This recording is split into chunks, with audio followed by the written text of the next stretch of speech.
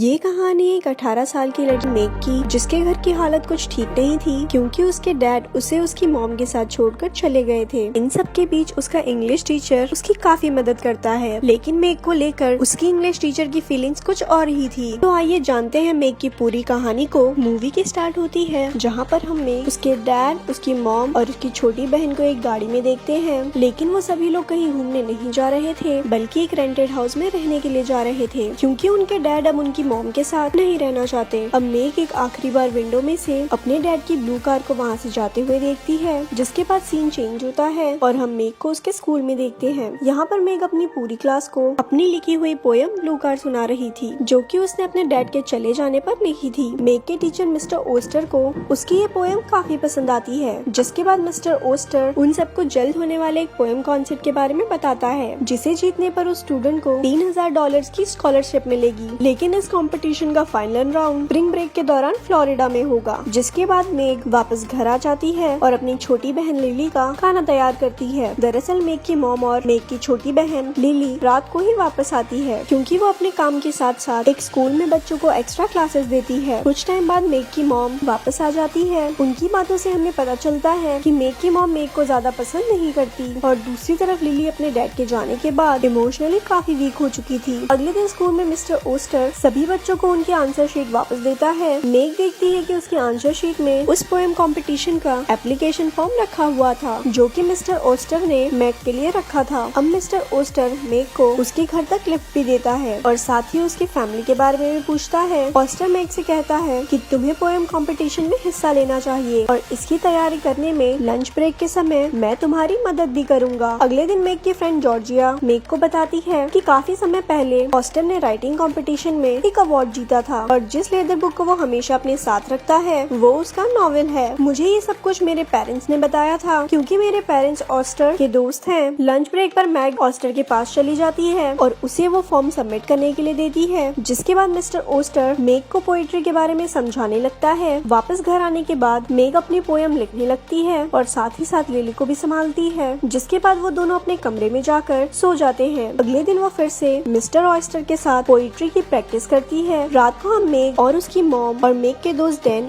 और लिली को एक साथ डिनर पर देखते हैं। यहाँ पर मेग अपनी मॉम से पूछती है, क्या कल आप मेरे स्कूल आ सकती हैं? क्योंकि कल मेरा एक पोएट कंपटीशन है। लेकिन मेग की मॉम कहती है कि कल मेरी जॉब के लिए एक जरूरी इंटरव्यू है। डिनर के बाद मेग की मॉम मेग को कहती है कि वो जॉब मेरे लिए बहुत जरूरी है क्योंकि उसके बाद हम लोग आसानी से रह सकते हैं। अगले दिन मेग उस कंपटीशन में जीत जाती है, जिस पर ऑस्टर मेग को कांग्रेचुलेशन बोलता है और उसे कहता है कि अब तुम्हें फ्लोरिडा जाने के लिए तैयार रहना होगा। अगले दिन ऑस्टर मेग से कहता है कि अगर तुम्हें किसी भी तरह की कोई भी प्रॉब्लम है तो तुम मुझे बता सकती हो, जैसे कि तुम्हें फ्लोरिडा भेजने के लिए तुम्हारे पेरेंट्स के पास पैसे ना हो। लेकिन मेग झूठ बोलते हुए कहती है कि ऐसा कुछ नहीं है। अब मेग मिस्टर ओस्टर के साथ काफी कैजुअली बात करने लगी थी। मेग फ्लोरिडा जाने के लिए अपनी मॉम से कहती है, लेकिन मेग की मॉम उसे मना करते हुए कहती है कि हम लोग वहाँ पर नहीं जा सकते क्योंकि मुझे वो जॉब नहीं मिली। अब लिली काफी बीमार रहने लगी थी तो उसे एक हॉस्पिटल में एडमिट कर लिया जाता है, जिसके बारे में मेग ओस्टर से बात करती है क्योंकि वो ओस्टर पे काफी भरोसा करने लगी थी। यहाँ पर ओस्टर मेग को कंफर्ट देने की कोशिश करता है। अब कुछ पैसे इकट्ठा करने के लिए मेग अपने काम वाली जगह से कुछ सामान चोरी कर लेती है, लेकिन उसे बेचने में वो कामयाब नहीं हो पाती। रात को हॉस्पिटल से मेग की मॉम को एक कॉल आता है जहाँ पर वो बताते हैं कि लिली ने सुसाइड कर लिया है, जिसके बाद मेग काफी सैड रहने लगती है। कुछ दिनों बाद वो वापस अपने काम पर चली जाती है, लेकिन वहाँ का ओनर मेग को काम से निकाल देता है क्योंकि उसने वहाँ का सामान चोरी किया था, जिस बात के लिए मेग की मॉम भी उसे घर से निकाल देती है। अब मेग मिस्टर ओस्टर के पास चली जाती है। मिस्टर ओस्टर मेग को समझाने की कोशिश करता है कि लिली की वजह से तुम्हारी मॉम की हालत कुछ ठीक नहीं है। अब कुछ दिनों के लिए मेग अपने दोस्त जॉर्जिया के घर रुकती है और एक दिन चोरी से अपनी मॉम के घर पे घुसकर उनके गहने चुरा लेती है और फ्लोरिडा जाने के लिए एक बस टिकट भी खरीदती है। कंपटीशन से एक दिन पहले मेग एक समुद्र के किनारे ही सो जाती है क्योंकि होटल रूम में रुकने के लिए उसके पास पैसे नहीं थे। अगली सुबह उस बीच के किनारे मेग मिस्टर ओस्टर और उनके बेटे और उनकी वाइफ डियाना से मिलती है, जिसके बाद वो उन सबके साथ काफी सारी बातें करने लगती है। थोड़े टाइम बाद मेग ओस्टर के साथ बीच पर घूमने चली जाती है। यहाँ पर मिस्टर ओस्टर मेग के करीब आने की कोशिश करता है, साथ ही उसके साथ लवलपाटा भी करता है, जिसके बाद वो दोनों एक होटल रूम में जाकर एक दूसरे के साथ पलंग भी तोड़ते हैं। ओस्टर के बाथरूम में चले जाने के बाद मेग ओस्टर की उस लेदर बुक को खोलने की कोशिश करती है जिसमें कि उसने अपना नॉवल लिखा था, लेकिन यहाँ पर मेग देखती जाती है कि वो बुक तो पूरी तरह से खाली है, यानी ओस्टर तो बस उसे इम्प्रेस कर उसके पास आना चाहता था। अगले दिन मेग अपनी ब्लू कार पोएम को छोड़कर एक नई पोएम सुनाती है जो कि उसने मिस्टर ओस्टर के चीट करने पर लिखी थी। ये सुनने के बाद ओस्टर को पता चल जाता है कि मेग उसका सच जान चुकी है। मेग वो कंपटीशन हार जाती है और वापस से अपने घर चली जाती है। घर पहुंचते ही मेग अपने डैड को फोन करती है। शाम में मेग की मॉम घर वापस आती है और मेग से माफी भी मांगती है। मेग अपनी मॉम को बताती है कि मैंने डैड को फोन किया था क्योंकि मैं उनके साथ रहना चाहती हूँ और मुझे उनकी जरूरत भी है। मेग की मॉम इस बात के लिए राजी हो जाती है। अगली सुबह मेग के डैड आकर मेग को अपने साथ लेकर चले जाते हैं और यहाँ पर हमारी ये मूवी खत्म हो जाती है। ऐसी ही और स्टोरी सुनने के लिए हमारे पेज को लाइक करें। धन्यवाद।